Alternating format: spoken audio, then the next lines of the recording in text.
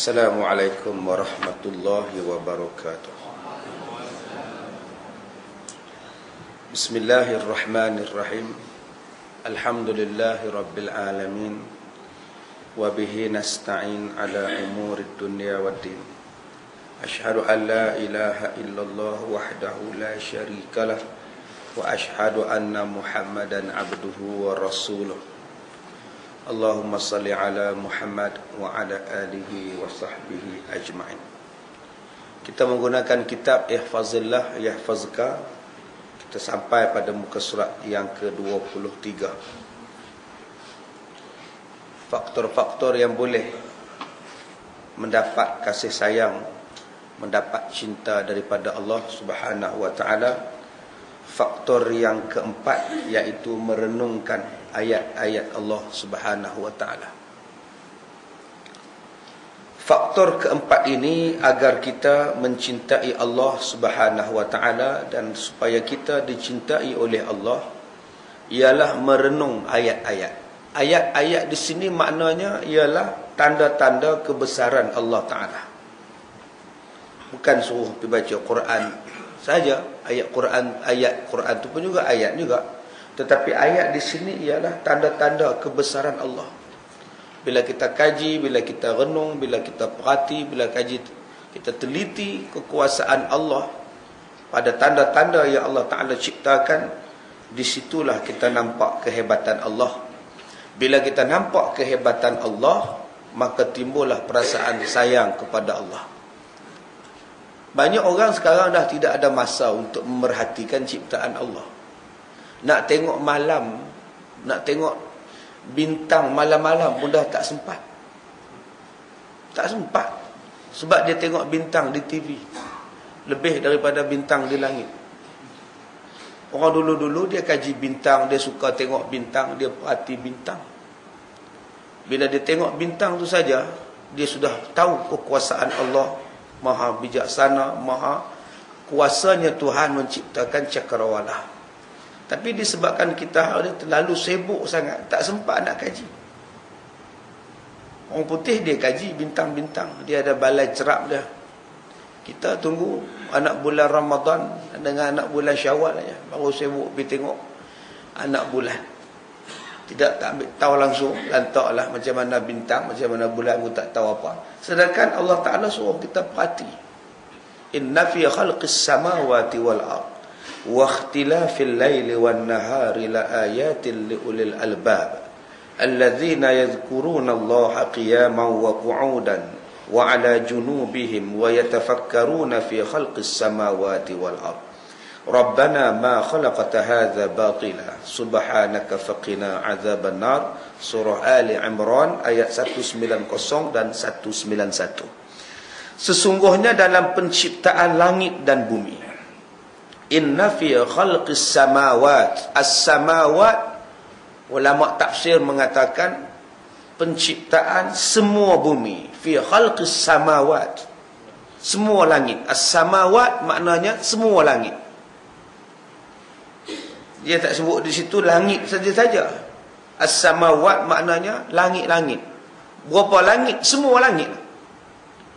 Kadang-kadang kita sebut langit itu 7, sab'an shidada, 7 lapis yang gagah-gagah. Wal ardi, dan satu bumi. Sesungguhnya dalam penciptaan langit dan bumi. Kenapa langit itu digunakan perkataan jamak, plural? As-samawat.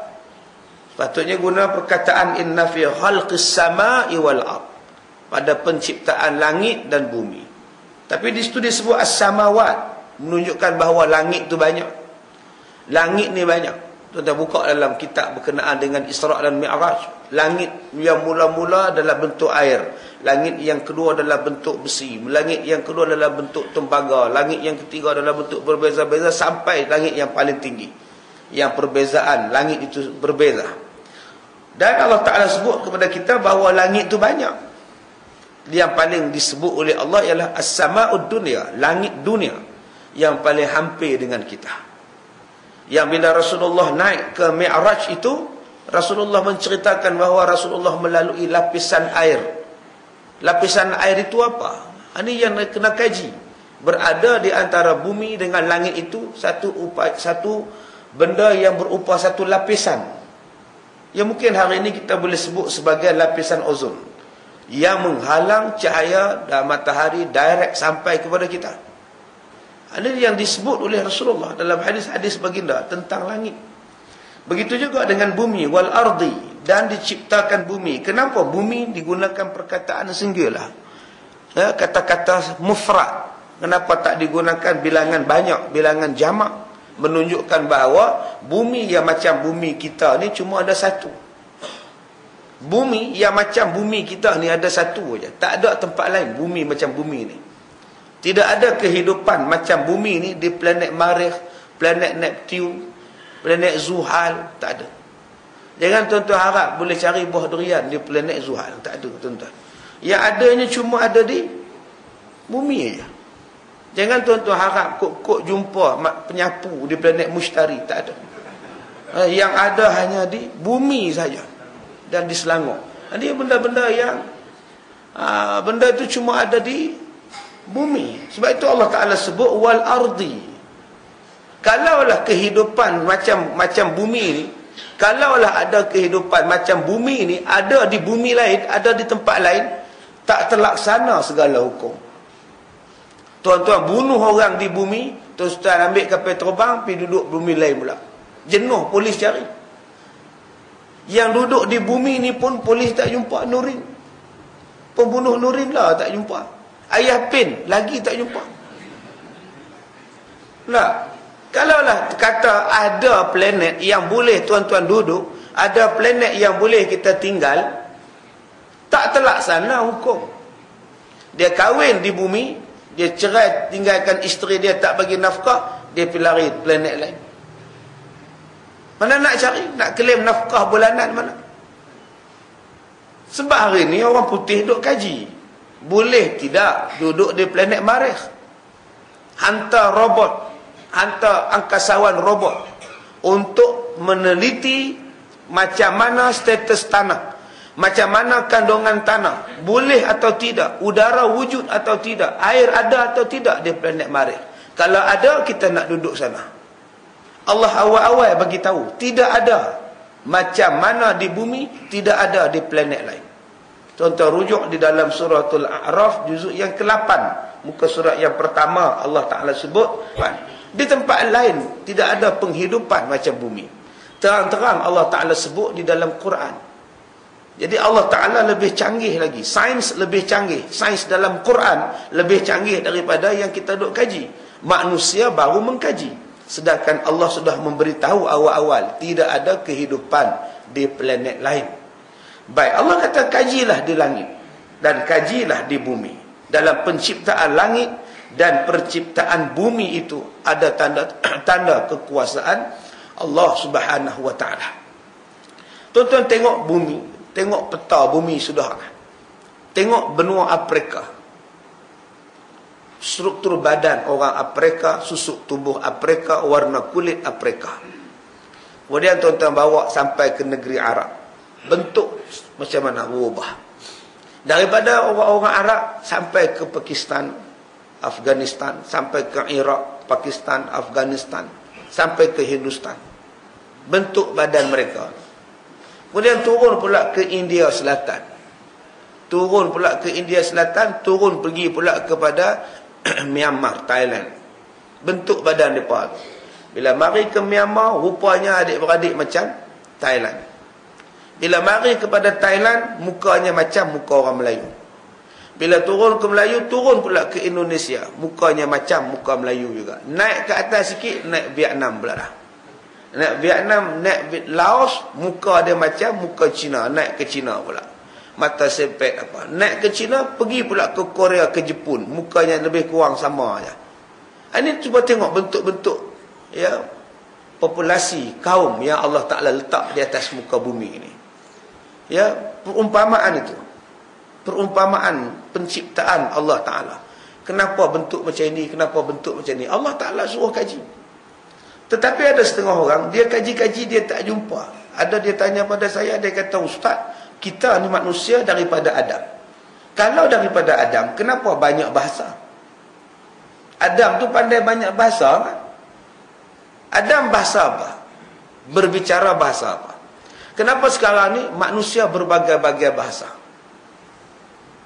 Orang yang kadang-kadang kita dengar dia bercakap macam tak ada makna, tapi ada makna. Ya nak deh, ada kira-kira nampak macam tak ada makna, tapi ada makna. Tengok Sepanyol bercakap, tengok Meksiko bercakap, macam tak ada makna, tapi bila cakap tu macam ada makna. Sebab tu orang kita minat tengok cerita Sepanyol, Meksiko. Faham tak tu? Faham perempuan selalu dia tengok suri-suri rumah tangga. Haji tengok. Ya, Pedroso lah, Alonso lah, semuanya dia faham lah. Daripada mana datangnya bahasa yang berbeza-beza? Kata kita ni datang daripada Adam. Tok kita Adam, nenek kita Adam. Kenapa bahasa berbeza? Apa tuan-tuan nak jawab? Takkan Adam banyak bahasa? Dia ada 6,000 bahasa. Suku kaum saja dia ada berapa? Suku bahasa saja dia ada berapa? Kita bubuhlah sekarang 6,000 bahasa. Daripada mana datangnya? Kaji lah. Allah Ta'ala buat. Cuma yang kita nak sebut bahawa kalau manusia bertutur dalam satu bahasa, nampak sangat Allah tak cerdik. Kalau manusia hanya bercakap dalam satu bahasa, cerdik ke Allah? Tak terror dah Allah. Kita kata Allah maha berkuasa. Maha berkuasa, dia boleh buat bahasa yang berbeza-beza. Man, berbeza. Man bagi orang Melayu, nama orang. Man mana man? Man bagi orang Arab, siapa? Man bagi orang Hindustan, perasaan. Man, merah, man, perasaan. Bahasa Hindustan, yang mana faham lah. Daripada satu perkataan, jadi banyak. Air bahasa kita, ayak bahasa utara, ayo bahasa parit.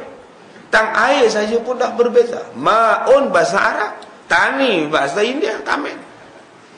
Mai ke orang putih, mai water pula. Berbeza pada satu benda. Menunjukkan Allah maha bijaksana. Satu benda, banyak nama. Kalaulah semua guna air, nampak Allah tak cerdik kerana tidak mencipta banyak benda. Sebab itulah muka kita berbeza. Nak tunjuk bahawa Allah maha bijaksana. Allah maha berkuasa. Tak serupa pun siapa yang datang hari ini. Bukan setakat tak serupa muka, mata tak serupa, hidung tak serupa, gigi tak serupa, suara pun tak serupa. Mana dah sama? Cap jari tak serupa, tapak kaki tak sama, darah pun tak sama, DNA pun tak sama. Sebab Allah Ta'ala kata, itulah kekuasaan Allah. Pada diri kamu itu ada tanda-tanda kekuasaan Allah. Wa fi anfusikum, kata Allah, pada diri kamu itu ada tanda. Yang ni yang Allah Ta'ala suruh kita kaji keadaan di langit dan keadaan di bumi. Wa ikhtilafil laili wan nahar, dan perselisihan malam dan siang, al-lail wan nahar. Disebutkan malam dulu, baru disebutkan wan nahar. Banyak ayat dalam Quran disebutkan malam dulu, baru disebutkan wan nahar, siang. Malam dan siang. Kita jangan sebut siang malam. Allah sebut malam dan siang. Mesti ada sebab kenapa Allah mulakan dulu dengan malam dan mulakan kemudiannya dengan siang. Macam Allah Ta'ala sebut jin dulu, barulah manusia. Wa ma khalaqatul jinna wal ins, dan tidaklah aku ciptakan jin dan manusia. Mesti jin dulu. Minal jinnati wan nas, baru manusia. Kenapa Allah sebut jin dulu? Kenapa tak sebut wa minan nasi wal jin? Tidak. Kenapa Allah gunakan jin dulu, baru sebut manusia dalam Quran? Sebab menunjukkan bahawa bilangan jin lebih banyak daripada bilangan manusia. Jin lebih besar daripada manusia. Nampak? Daripada segi saiz, daripada segi kuantiti, jin lebih banyak. Maka yang banyak Allah letakkan di hadapan, yang hak kurang letak di belakang. Begitulah dengan keadaan malam dan siang. Malam itu lebih meliputi, malam itu lebih mendekatkan diri kepada Allah, malam itu lebih terasa kehebatan Allah. Malam, sebab itu didirikan sunat malam. solat malam. Kita tak sebut mendirikan solat siang. Yang disuruh kita ialah qiyamul lail. Tak disuruh kepada kita qiyamun nahar. Malam itulah yang dijemput Nabi Muhammad untuk dimi'rajkan. Semuanya pergerakan pada malam-malam menunjukkan bahawa malam ini satu malam yang sangat sesuai, satu masa yang sangat sesuai untuk mendekatkan diri kepada Allah.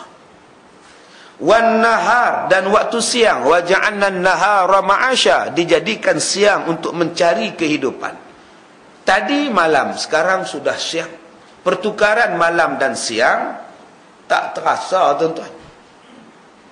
Tak ada terasa pun. Sesuatu pertukaran kadang-kadang kita terasa, tapi pergerakan bumi tak terasa. Bumi sekarang ni berpusing, laju pusing dia, tapi kita tak pening pun. Tak ada orang pening bila bumi berpusing. Ada tuan-tuan terasa bumi ni pusing?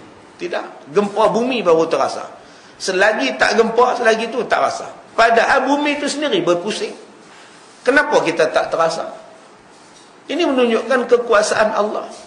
Kalaulah kita terasa bumi berpusing, apa kerja pun tak boleh buat. Semayang pun tak boleh buat, apa tak boleh buat.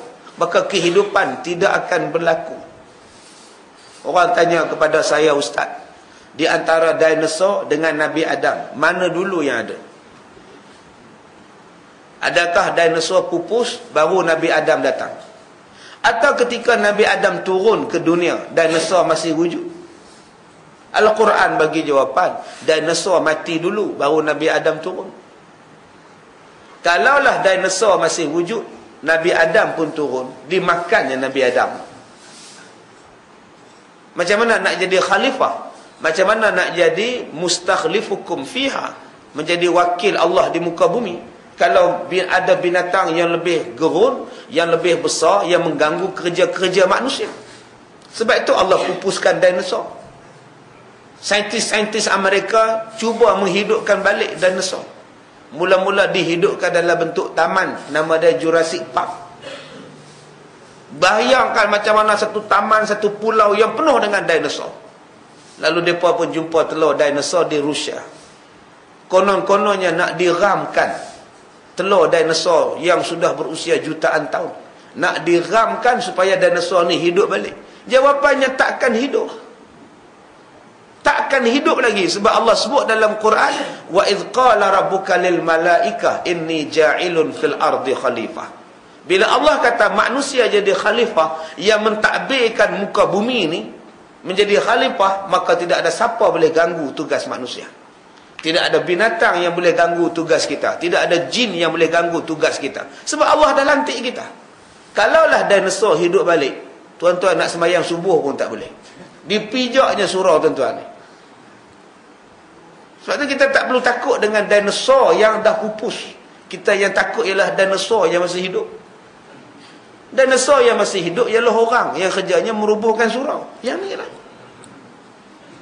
Dinosaur yang betul-betul besar ni, tuan-tuan, dia tak kacau lah. Pasal dia dah takkan hidup. Dia takkan wujud lagi dah. Dia dah pupus lah. Walaupun ada usaha nak menghidupkan balik, boleh buat replika rangka dia. Baru ni jumpa di Brazil, rangka dinosaur yang paling sempurna. Daripada ekor sampai ke kepala. Lengkap, komplit. Saintis bina balik rangka-rangka tu.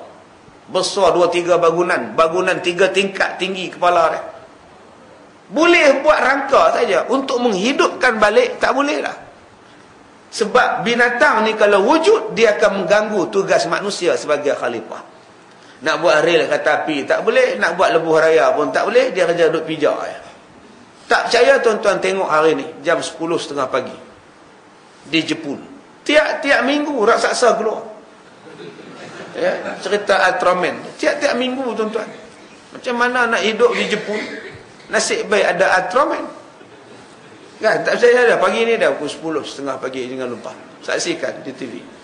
Baik. Alladzina yadhkuruna Allaha qiyamah, iaitu orang yang mengingati Allah sambil berdiri, qiyamah, wa qu'uda, ataupun duduk, wa ala junubihim, atau dalam keadaan berbaring, wa yatafakkaruna fi khalqis samawati wal ard, dan mereka memikirkan tentang penciptaan langit dan bumi. Disuruh kita kaji, sebab tu tak salah pergi kaji angkasawan ke apa, pergilah kaji. Kalau mampu pergilah. Ya, kita boleh buat kaji benda. Tak apa, pergi. Ya. Walaupun kita sebagai penumpang, ya, bayar duit teksi lah lebih kurang kan, tak apalah. Buat macam mana? Dah kemampuan. Tapi kalau pergi bukannya nak kaji betul-betul, sekadar nak kaji yo-yo, nak buat apa? Keadaan yo-yo di angkasa lepas dah dikaji tahun 1984. Lama dah dikaji.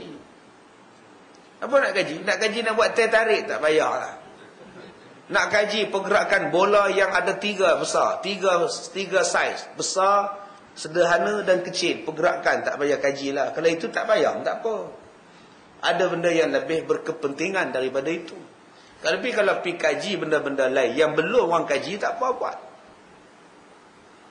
Kadang-kadang kita pun, tuan-tuan daripada Area 4 ni nak pergi ke KLCC, naik teksi berapa ringgit tambah? Berapa ringgit tambah? RM7. RM7. Daripada sini pergi KLCC RM7. Tambang teksi. Sampai ke KLCC, driver teksi tu kata, "Encik nak beli ke teksi saya?" Agak-agak dia nak jual RM7 ke? RM7 ke dia nak jual? Kalau tambangnya RM7, harga teksi RM1. Mos RM10,000, RM20,000, bohlah RM20,000. Teksi Wira dia. Kalau tambang pergi angkasa 95 juta, harga teksi dia berapa? Tuan-tuan faham tak ni? Faham tak? Apa yang fikirkan di situ sudah. Kalau tambang teksi pi angkasa 95 juta, teksinya berapa juta? Takkan 9 juta. Daripada kita habiskan duit beratus juta, lebih baik buat satu universiti, satu pusat untuk mengkaji angkasa. Panggil orang kaji angkasa. Daripada pi ambil kapal angkasa, letak di taman, kemudian orang pakai melawat. Nak buat apa? Yang pentingnya ialah Allah Ta'ala suruh mengkaji. Mengkaji angkasa, bukan mengkaji kapal angkasa. Mengkaji kapal angkasa untuk naik ke angkasa. Bukan beli orang dah tak mau lah, pergi letak di tempat kita, pakat ada ramai-ramai tengok. Sekali tengok RM5. Bukan. Latih orang supaya mengkaji. Itu kaedahnya. Baik, kemudian Allah Ta'ala suruh kita mengkaji. Masa bila? Masa duduk kita kaji. Masa berbaring, masa berdiri, masa duduk, masa berbaring, semua dia ingat kepada Allah. Wa yatafakkarun, dan dia berfikir-fikir. Berfikir tentang langit, lain manfaatnya. Berfikir tentang bumi, lain manfaatnya. Berfikir tentang diri sendiri, lain darjatnya. Berfikir tentang alam selepas mati, lain darjatnya. Sebab itu Nabi Muhammad jumpa Abu Hurairah. Nabi Muhammad tanya, "Kamu sedang berfikir tentang apa, wahai Abu Hurairah?" "Oh, saya tentang memikirkan tentang langit." Nabi kata, "Darjat kamu sekian banyak." Kemudian Nabi jumpa pula Abdullah bin Abbas. "Kamu sedang fikirkan apa, wahai Abdullah?" "Aku tentang memikirkan tentang bumi." "Oh, darjat kamu sekian-sekian banyak." Jumpa dengan Abdullah bin Umar. "Apa yang kamu fikirkan, Abdullah?" "Saya fikirkan apa yang akan berlaku kepada saya lepas saya mati." Kata Rasulullah, "Darjat kamu sekian banyak." Berfikir tentang langit ada pahala, berfikir tentang bumi ada pahala, berfikir selepas kematian pun ada pahala. Darjat di sisi Allah Subhanahu wa taala. Sebab berfikirkan benda-benda ini, dia tidak akan lari ke tempat lain. Berfikirkan perkara ini, dia akan lari kepada Allah Subhanahu wa taala. Dia akan pergi kepada Allah. Dia akan timbul rasa insaf, rasa takut, rasa nak kembali pada Allah. Berapa banyak saintis-saintis Amerika, saintis-saintis Barat yang memeluk Islam, apabila mengkaji saja tentang bulan, mengkaji saja tentang bintang, mengkaji tentang langit, Islam mereka, mengkaji tentang laut. Pakar-pakar laut, pakar-pakar maritim yang tidak pernah pun membaca hadis Nabi yang Nabi ni berenang di laut, Nabi tak dah jumpa. Tetapi bila baca hadis Nabi dan bila baca tentang Quran tentang laut, mereka kata ini bukan Muhammad yang mencipta Quran. Sebab Muhammad tak pernah berenang di laut. Macam mana dia tahu keadaan laut? Nabi Muhammad tidak pernah buat scuba di laut. Macam mana Nabi Muhammad boleh cerita tentang keadaan khazanah laut di dalam Quran? menunjukkan ada satu lagi kuasa yang maha agung yang memberikan pengetahuan kepada Rasulullah, maka itulah Allah Subhanahu wa taala. Tuan-tuan, mereka tidak Islam, tetapi mereka mengkaji tentang dunia. Akhirnya mereka menemui Allah Subhanahu wa taala. Manusia kita sudah pun Islam, tetapi tidak menemui Allah sebab kita tidak mengkaji tentang alam yang Allah taala bagi. Kita hanya mengkaji Allah. Sifat Allah tu apa? Zat Allah tu apa? Duk kaji hak Allah punya. Allah kata jangan fikir tentang aku. Jangan berfikir tentang aku. Kamu fikir tentang apa yang aku cipta. Kamu kaji tentang apa yang aku cipta. Bila kamu kaji apa yang aku ciptakan, kamu akan jumpa aku. Kita sekarang pula duduk dalam kelambu, duduk cari Allah tu macam mana. Tu hak mari macam-macam tarekat sekarang. Fikir sampai dia kata Allah tu dalam bentuk nur. Nur tu dalam bentuk datang dalam Muhammad. Muhammad tu dalam Adam. Adam tu dalam Muhammad tu ada nur Adam, ada nur Allah. Duk dalam diri Muhammad. Muhammad pula duk dalam diri kita. Lah dia kata dia tu Allah. Terus jadi sesat terus. Pasal duk kaji Allah. Duk kaji pasal apa? Allah kata jangan kaji aku. Tak tercapai akal kita untuk mengkaji Allah. Yang akan tercapai ialah mengkaji ciptaan Allah. Yang inilah yang disuruh. Kita disuruh menjadi pengkaji. Bila mengkaji, kita akan mencipta. Manusia Islam, orang Islam sekarang ialah dia hanya menggunakan. Dia tengok jam cantik, dia beli. Orang putih duk cipta jam. Padahal jam itu orang Arab, orang Islam mula-mula cipta. Tetapi selepas orang Islam tidak mewujudkan budaya mengkaji, dia lebih selesa dengan budaya memakai. Pakai. Kos berapa aja jam, tapi dijual dengan harga berapa. Sebab itu duit orang Islam banyak digunakan untuk membeli dan memakai dan mengguna. Kita baca semalam, kita beli kereta kebai 6 buah daripada 64 buah. Dah sampai 6 kereta kebai Poland.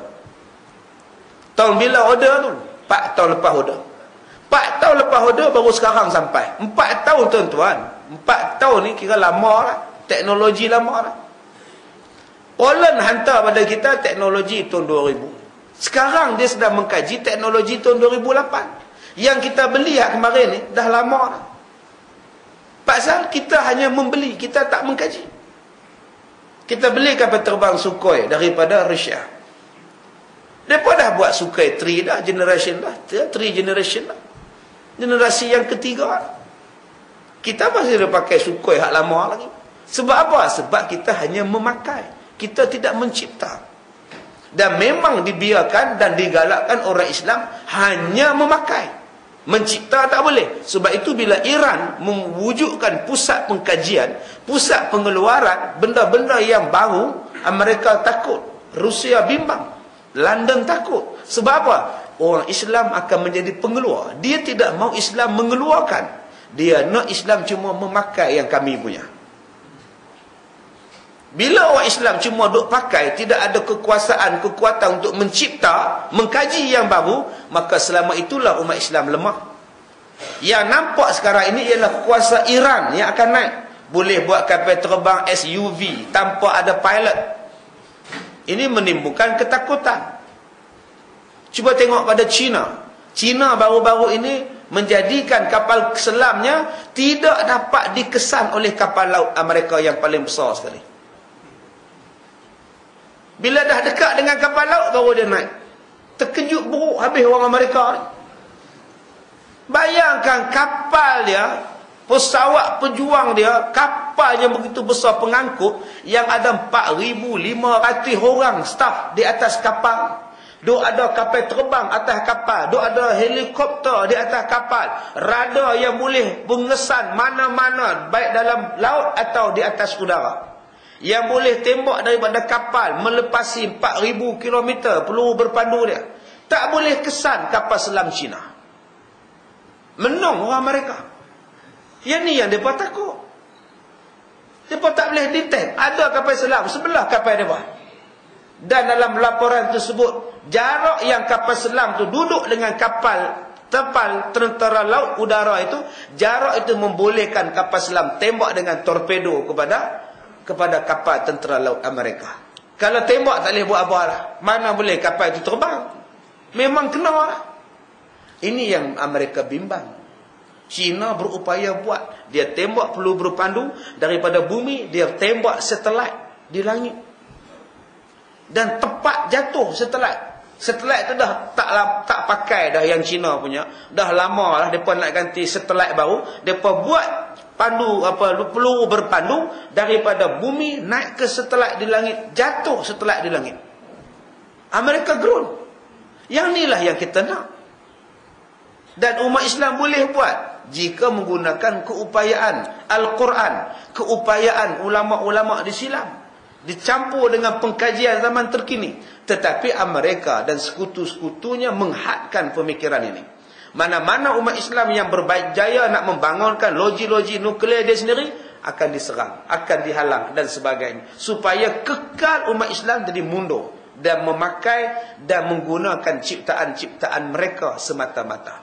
Nak buat senapang pun beli hak daripada Amerika punya. Itu macam mana? Jaket kalis peluru pun pakai hak mereka punya. Dalam paper hari ni baru nak kaji jaket kalis peluru yang tempatan. Tak yakin dengan hak tempatannya. Yang tempatan pula pi ekspor luar negeri. Orang Melayu kita buat jaket kalis peluru yang tempatannya, orang Melayu buat, bos dia perempuan. Ekspor luar negeri. Tapi yang kita pula pi pakai hak luar negeri, tak confident dengan hak tempatan. Tu macam mana tuan-tuan? Tu yang pi ambush tak pakai jaket tu. Pelik tuan-tuan, saya cukup pelik tengok kita ni. Pi ambush pengedar dadah tak pakai jaket. Alasan tak ada. Kan pelik tuan-tuan. Betul ke tak ada jaket kalis peluru? Pi angkasa awal 95 juta ada duit, beli jaket tak ada. Kesian dekat anggota polis. Ni alasan tak munasabah. Ni munasabah tuan-tuan. Baik, kemudian Allah Ta'ala sebut kepada kita, mereka akan berdoa, Rabbana ma khalaqta hadza batila, subhanaka faqina azaban nar. Ya Tuhan, ya Allah, ya Tuhan kami, tiadalah Engkau menciptakan ini dengan sia-sia.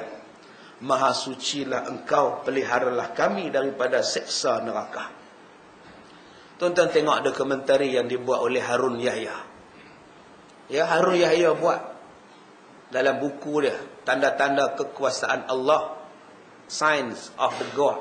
Dia buat tanda-tanda dalam kekuasaan Allah. Buat buku dalam, diterjemahkan dalam berbagai-bagai bahasa. Dalam bahasa Inggeris diterbitkan dokumentari khas. Macam mana Harun Yahya membuat kajian tentang air, membuat kajian tentang kehidupan dalam air, membuat kajian tentang udara, membuat kajian tentang makhluk manusia, tentang DNA. Dia buat kajian, ambil ayat Quran, dia kaji. Tuan-tuan boleh baca buku dia, Tanda-tanda Allah Ada. Buka video dia. Dia cari tentang macam mana persenyawaan di antara sperma laki-laki dengan sperma perempuan. Sekali air mani orang lelaki itu keluar, ada berjuta-juta sperma. Ada kepala, ada ekor, duk berjalan selaju mungkin berjalan. Bila sampai kepada sperma perempuan, orang perempuan ni pula merembeskan bahasa, mengeluarkan asid untuk membunuh sperma laki-laki. Tetapi sperma laki-laki ni tetap kuat. Dia berjalan juga. Yang mana mampu dah. Yang mana kuat. Dia boleh melepasi pula sperma yang lain. Ada lagi sperma yang betul-betul kuat, yang boleh membunuh sperma laki-laki. Mati pula grup yang kedua. Naik grup yang ketiga. Lah sekali hanya satu sperma saja yang sampai. Daripada situlah jadi manusia. Kalau sperma tu kuat sampai, kalau tak kuat, Allahu Akbar, tak dapat anak lah orang. Dikajinya tentang itu yang dipanggil sebagai nutfah. Nutfah itu air mani, bukan air mani dalam istilah kita, memang air mani. Nutfah itu ialah sperma yang halus, yang kecil, sel-sel yang kecil, gen-gen yang kecil. Daripada situlah yang boleh mengandungkan orang perempuan. Ini hebat tuan-tuan. Buat kajian balik tentang Quran. Bila kaji tentang nutfah, nutfah bukan sekadar kadar air benih laki-laki. Nutfah itu ialah apa dia kandungan air benih itu. Daripada situ kita boleh kaji. Daripada air ini saja, subhanallah, boleh jadi orang. Daripada air yang sikit boleh jadi orang, boleh bercakap, boleh berfikir, boleh melihat, boleh berjalan, boleh berlari. Asalnya apa? Asalnya daripada air. Allah Ta'ala buat. Bila kita kaji bahawa kita ni asal daripada air, kenapa perlu sombong dengan Tuhan?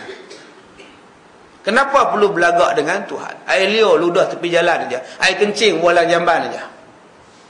Itulah asal kita, sejenis air saja.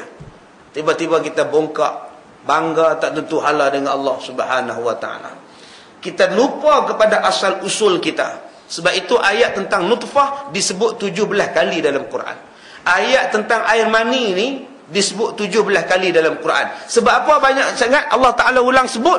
Sebab Allah nak bagi ingat pada kita. Ingat kamu tu asal daripada air yang hina. Ingat kamu tu asal daripada air yang hina.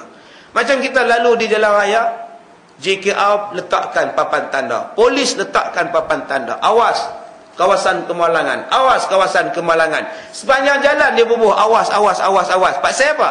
Dia suruh kita beringat, jangan bawa laju-laju. Ini kawasan kemalangan, banyak lembu melintas, banyak babi melintas, beruk melintas. Dia buat tanda. Banyak lagi, maknanya benda tu lagi banyak berbahaya. Kalau satu aja dia tak buat. Begitulah kalau 17 kali Allah ulang sebut kita ni asal daripada air mani, menunjukkan bahawa sedarlah diri kamu tu asal daripada apa? Insaflah. Itu tujuan dia. Tapi kita tak ingat walaupun diberi sebut.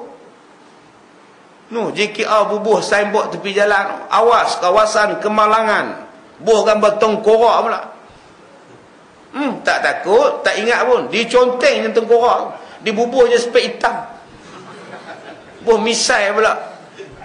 Macam mana tuan-tuan?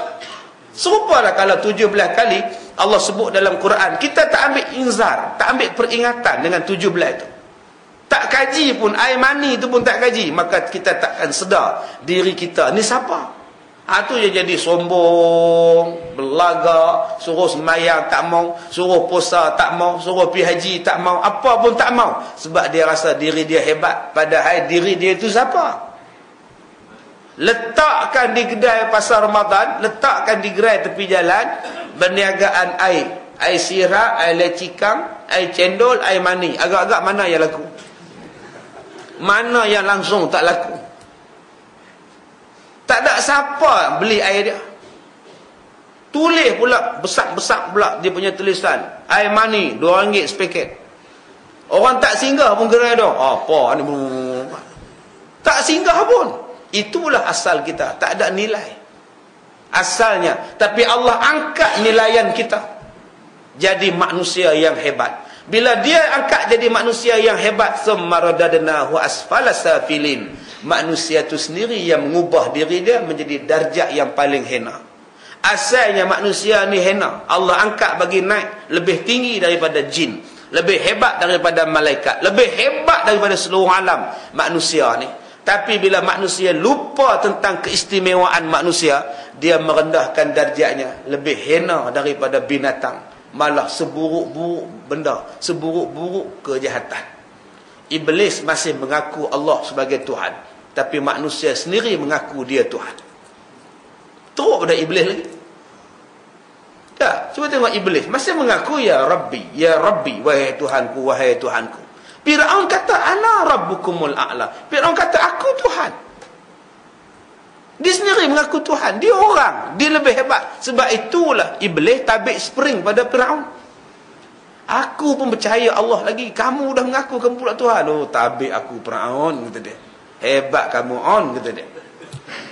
Baik, kemudian setiap kali kamu melihat sesuatu ciptaan Allah, maka hal itu akan menghantarkan kamu untuk mengingati Allah Subhanahu wa ta'ala. Tengoklah apa benda pun tuan-tuan. Tengok alam ni sudahlah, dah cerah lah. Tadi tak nampak bumbung lah, nampak bumbung lah. Tadi tak nampak muka, masih gelap lah, cerah nampak dah muka. Kaji situ macam mana matahari taat pada Allah boleh bangun. Boleh bangun, tak payah kejut. Oi, matahari bangkitlah, tak payah kejut. Yang kena kejut kita. Jenuh azan. Bangkit azan 2 kali pula, 5 kali, pukul 5 sekali, pukul 5.45 sekali. Suruh bangkit, tak bangkit juga. Matahari Allah cakap sekali je, hai matahari bangkit pukul 7, bangkit dah. Manusia bangkit subuh, tak bangkit. Teruknya tuan-tuan. Matahari dia peringat sekali aja, pukul 12 mesti hang tegak atas kepala. Manusia berapa kali peringat? 5 kali sehari peringat dengan azan. Tak semayang juga. Sekali aja Allah perintah matahari, maghrib mesti turun. Sekali aja. Allah tak payah ulang banyak kali pada matahari. Dia turun saja. Manusia dah bang waktu maghrib. Tak mai juga. Semayang pun tidak, apa pun tidak. Tuan-tuan yang dirahmati Allah, bila kita kaji tentang langit, kita kaji tentang bulan, kita tahu dah bahawa semuanya tunduk dan patuh pada Allah. Allah kata bayang-bayang manusia pun patuh pada Allah. Cuba tengok bayang kita. Bayang pun taat pada Allah. Tapi Tuhan punya bayang tak mau taat. Bayang-bayang ikut cakap Allah. Bila Allah kata turun, turun. Bila Allah kata pendek, pendek. Bila Allah kata panjang, panjang. Ada bayang tak ikut Tuhan? Tak, dia ikut.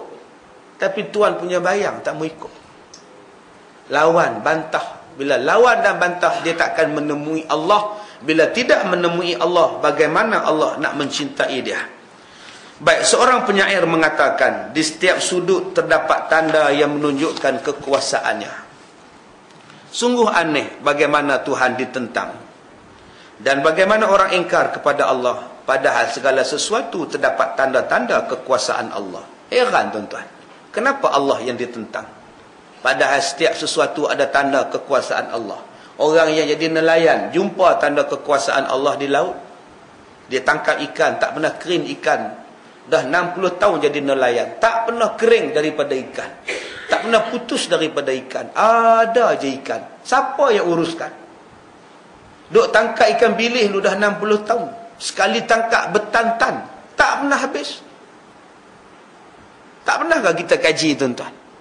Allah Ta'ala ciptakan ikan macam-macam jenis. Malah ada ikan yang kita tak pernah jumpa, ditangkap.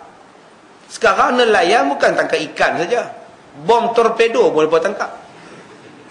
Baru ni di mana kan nelayan jumpa dalam pukat bom torpedo, TLDM punya bom yang tak meletup. Jumpa macam-macam tuan-tuan.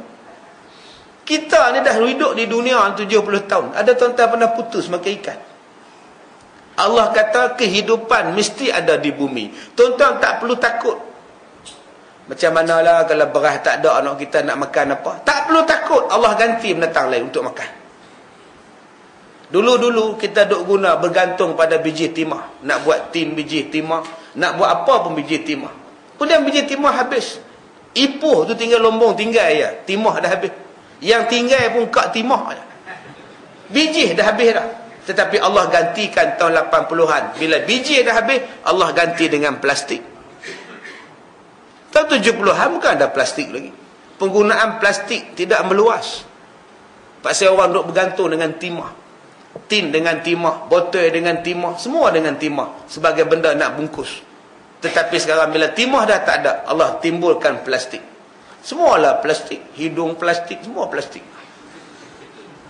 Semua plastik. Kereta kita pun plastik banyak. Tu yang pintu tingkap duk jatuh saja. Naik, sengit, Allah, patah lah. Lah, kadang-kadang kereta kita tu naik tu kena satu belah kiri tu pegang dia punya button tu. Belah kanan duk tolak cermin, tolak. Bila pergi repair buka-buka lah plastik, patutlah pun. Jentik pun patah, tambah duk jemur tengah panas, lagi patah lah dia rapuh.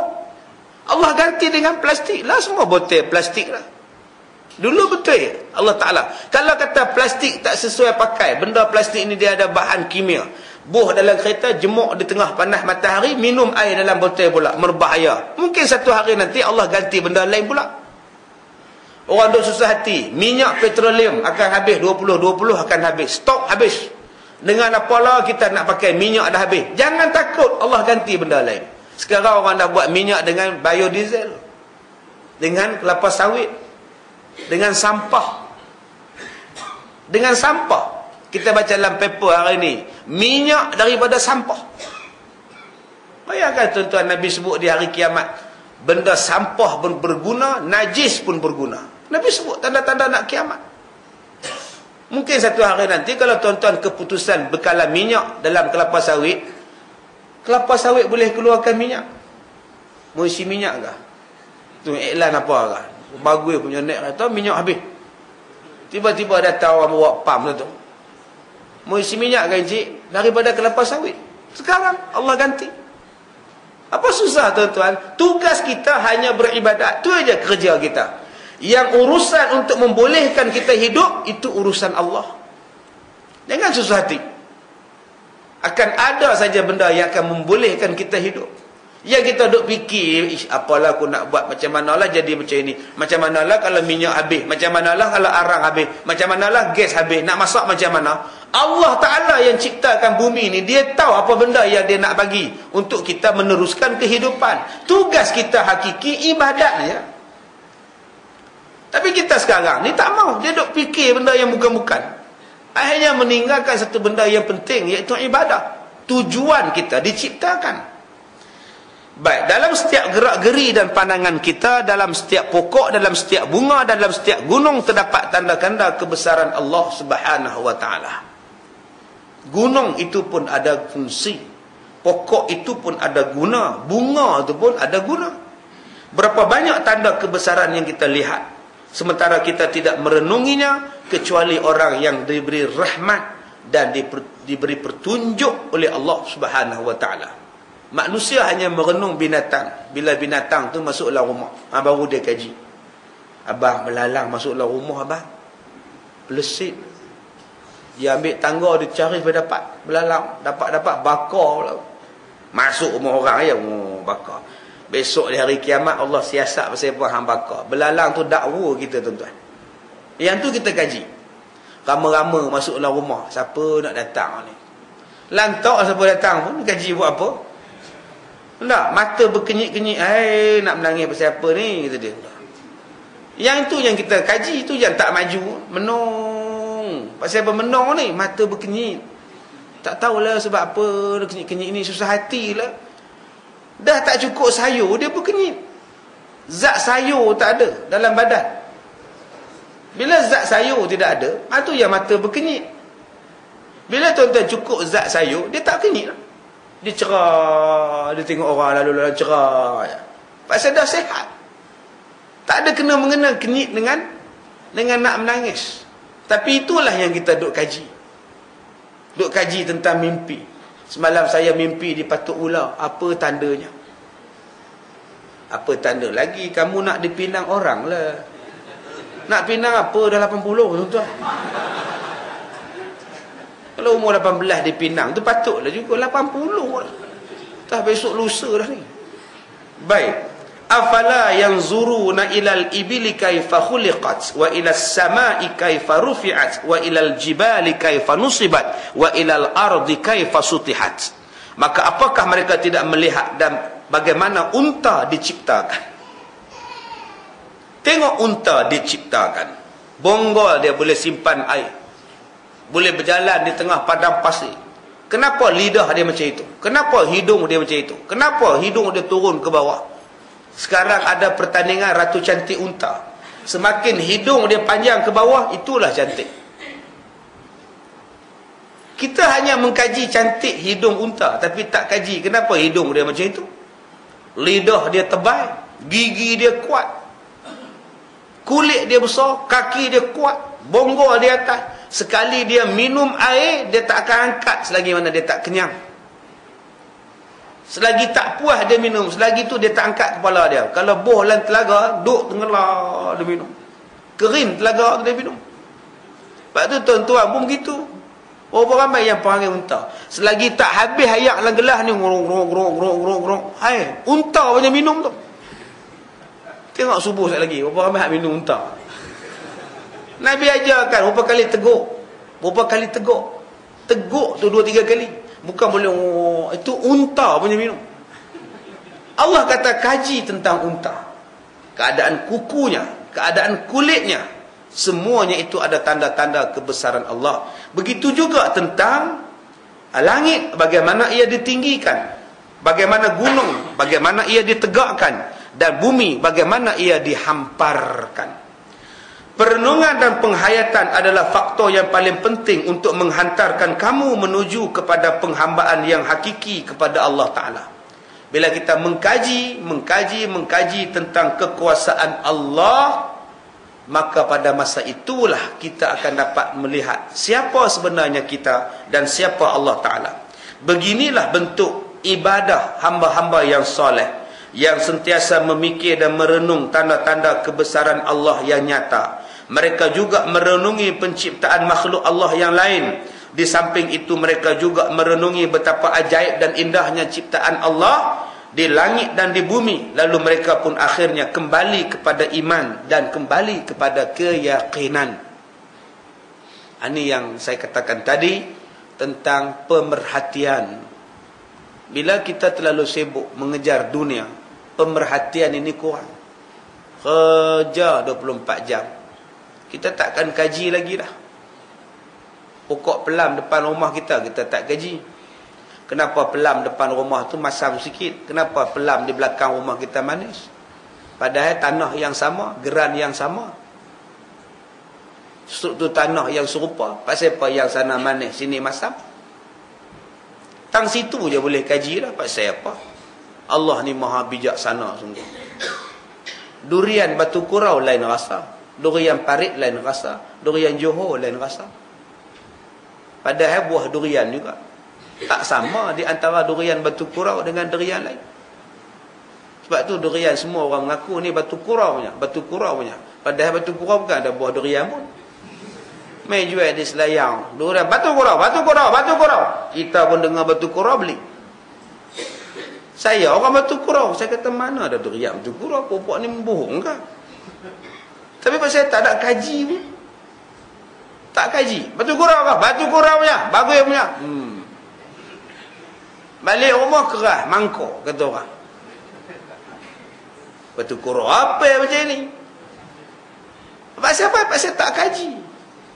Allah suruh kaji, betul ke? Tu yang datangnya Iqra, kaji. Iqra tu bukan makna baca saja. Iqra tu makna kaji. Bila tuan-tuan mengkaji, elok. Jangan letak saja, mengkaji. Seorang Bilal yang bertugas, dia kaji. Mikrofon ni elok. Dia duduk, dia bercakap dalam 10 minit. Assalamualaikum warahmatullahi wabarakatuh. Okey, clear? Kita hendaklah sama-sama. Dia baca je 10 minit. Dia terasa sakit ke tak sakit tekaknya kalau ustaz tu bercakap sekali lagi? Berapa banyak Bilal? Hanya benda ada je. Hello, cubaan 1 2, cubaan 1 2. Okey ah, okey, letak situ. Bateri tak tukar, apa pun tak tukar. Ustaz tu bercakap sakit tekak 4 hari, tuan-tuan. Disuruh mengkaji. Bila kita mengkaji, kita akan nampak kesesuaian tu. Itu yang dipanggil sebagai Iqra. Tapi banyak tak kaji. Chatting tak kaji. Orang jual barang tak kaji. Orang offer perkhidmatan tak kaji. Bila tak kaji, berapa banyak kita kena tipu. Disuruh kita mengkaji. Nak meminang anak kita pun kita kaji. Siapa dia? Kerja apa? Semayang atau tidak? Baik atau tidak? Bukan boleh kaji bentuk tubuh badan dia saja. Pi rumah dia kaji. Tengok rumah dia macam mana. Pi ke surau, tanya ke jawatan kuasa, dia ni main masjid tak? Main ke surau tak? Semayang tak? Pi ke pejabatnya, budak ni macam mana di pejabat? Tuang kerja tak? Suka pau orang ke tidak? Ininya suruh kaji. Tidak, tengok, segak, kereta pun cegak, okey, on. Bila on, besok jadi off. Pasal kita tak mengkaji. Kita hanya nampak, okeylah. Tak mau tuan-tuan, zaman sekarang kena kaji dah. Kalau dah kaji macam itu ustaz, anak saya tak kahwin lah ustaz. Biar tak kahwin daripada kahwin menyusahkan diri. Biar tak kahwin pun tak apa, nanti kahwin kena pukul, kena dera, kena terajang, kena tinggal. Kita juga yang susah kena bela cucu. Kita juga yang susah naik turun balai polis buat report. Kita juga yang susah kena tunggu di hospital, anak kena streka. Anak kena simpah asid. Daripada nak susah-susah macam itu, lebih baik kaji sebelum kahwin. Cari yang terbaik. Budaya mengkaji inilah budaya yang disuruh.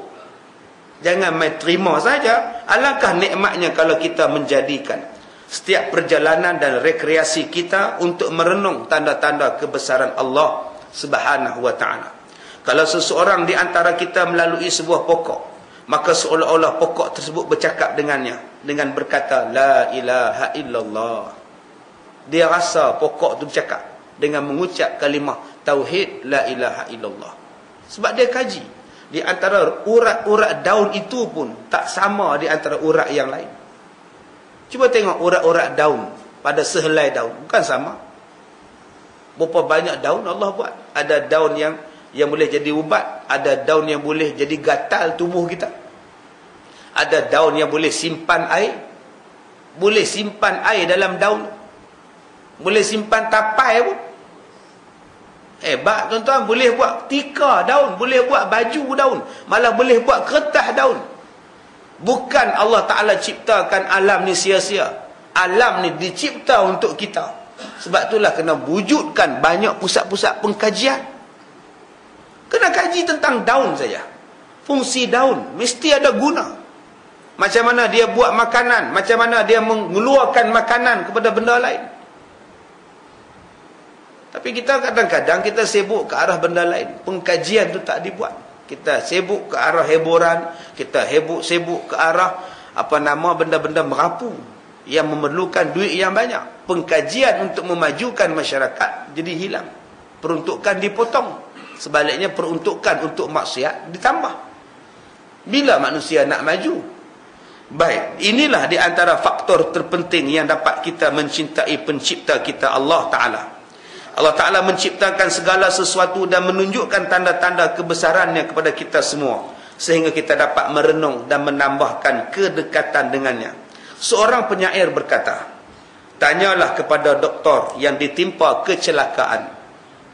Wahai doktor yang tahu tentang doktor, siapakah yang mencelakakan kamu?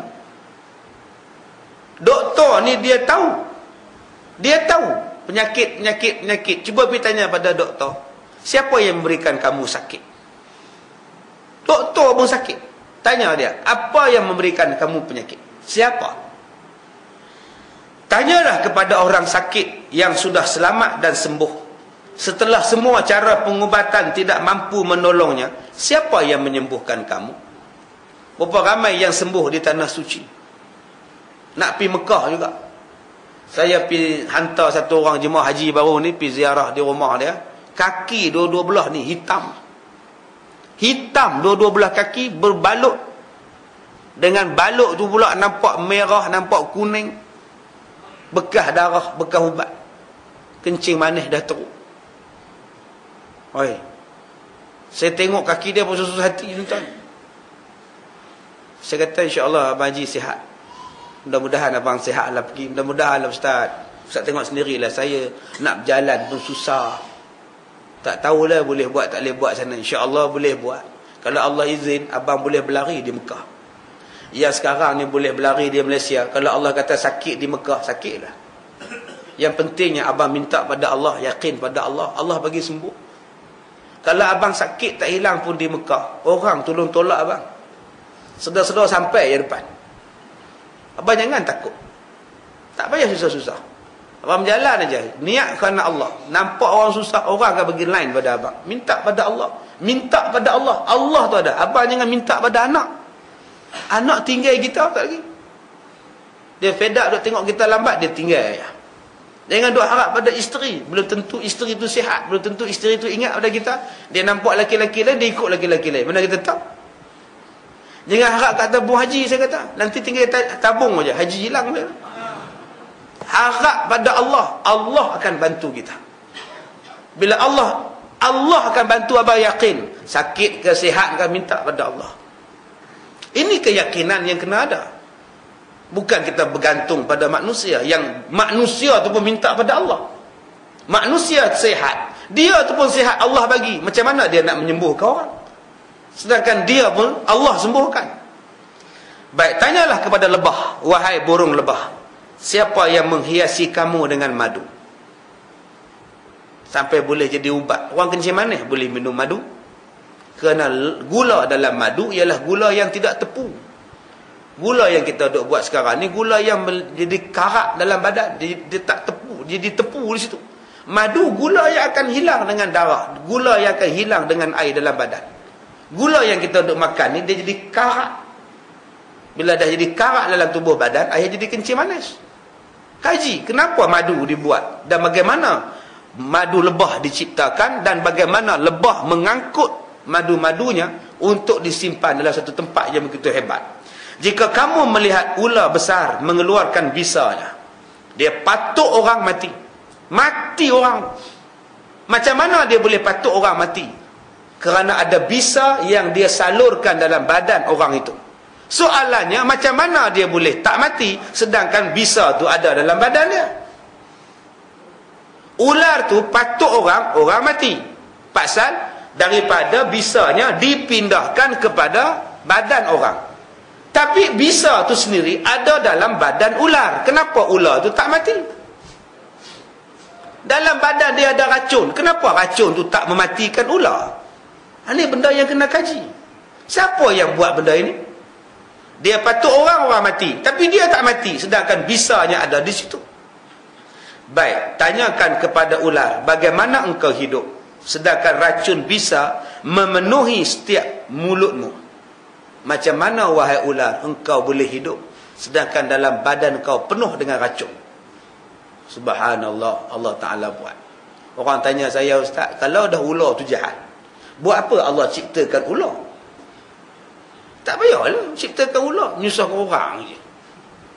Patuk orang lah, apalah. Hak Tuhan nak ciptakan apa-apa. Hak Tuhan nak ciptakan apa pun, kita tak ada hak nak petikai.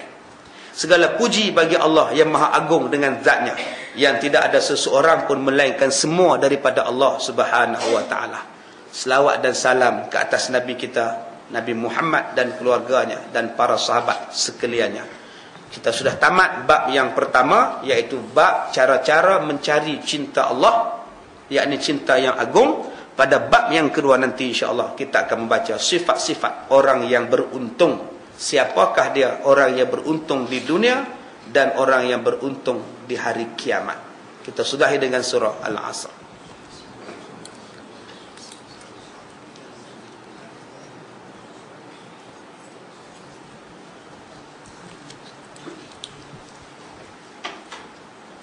Bismillahirrahmanirrahim. Alhamdulillahi rabbil alamin, wassalatu wassalamu ala asyrafil anbiya'i wal mursalin wa ala alihi wa sahbihi ajma'in. Allahumma inna naj'aluka fi nuhuri a'da'ina wa na'udzubika min syururihim. Allahumma baddid syamlahum wa farriq jam'ahum wa syattid kalimatahum wa zalzil aqdamahum wa sallit alaihim kalba min kilabik ya qahhar jabbar ya muntaqim. Allahumma ya munzilal kitab wa ya mujriyas sahab wa ya hazimal ahzab ihzimhum mansurna alaihim walhamdulillahi rabbil alamin. Saya minta maaf jika terkasar bahasa. Assalamualaikum warahmatullahi wabarakatuh. InsyaAllah pagi ini saya ada di surau Kemensahat pukul 9 sampai pukul 12. Kitab, ada 3 buah kitab saya akan ajar pagi ini. Kitab Al-Mu'inul Mubin, Hidayatul Mutafakkirin, dan kitab Muhimmah. Jadi tuan-tuan boleh datang ijtima' kitab. Pagi ini 3 kitab kita akan ajar insyaAllah.